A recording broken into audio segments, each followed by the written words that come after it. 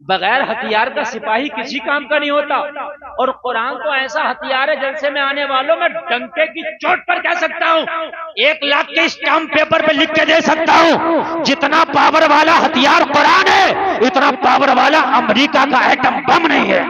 واہ واہ واہ واہ، نعرہ تکبیر، نعرہ رسالت، مسلک اعلی حضرت، عظمت قرآن کریم، مفتی گلفام نزار رامپوری، نعرہ تکبیر و رسالت۔ واہ واہ، امریکہ کا ایٹم بم میں بھی اتنی طاقت نہیں ہے۔ ہاں آپ کہو گے کیسے؟ تو ایٹم بم مار سکتا ہے لیکن مرے ہوئے کو جلا نہیں سکتا۔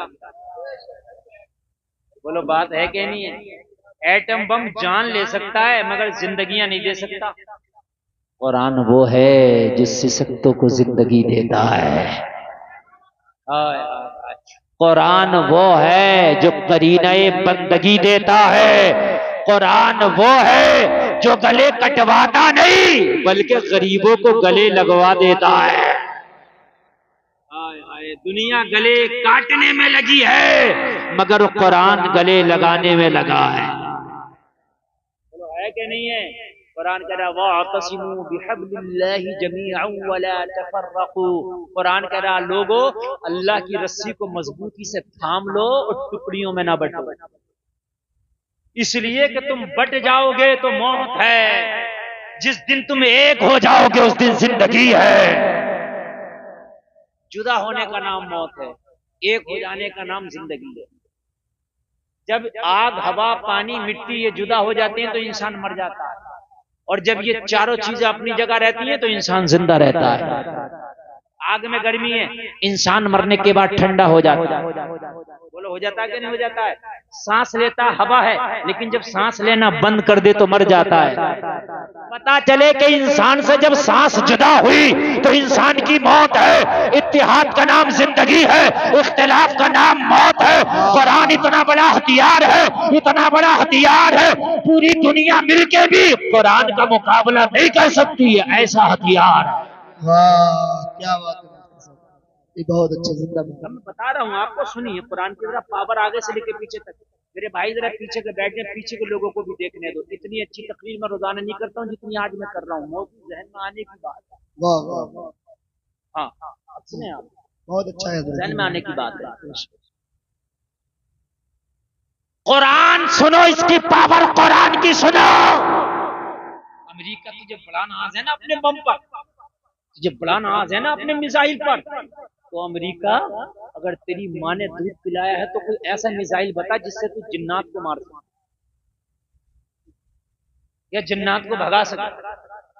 ایک پوری دنیا کے میزائل بھی داغ دو تو ایک جن نہ مر سکے گا۔ آج تک تم نے کسی اخبار میں پڑھا کہ امریکہ کے بم سے ایک جن بھی مر گیا؟ نہیں سنا۔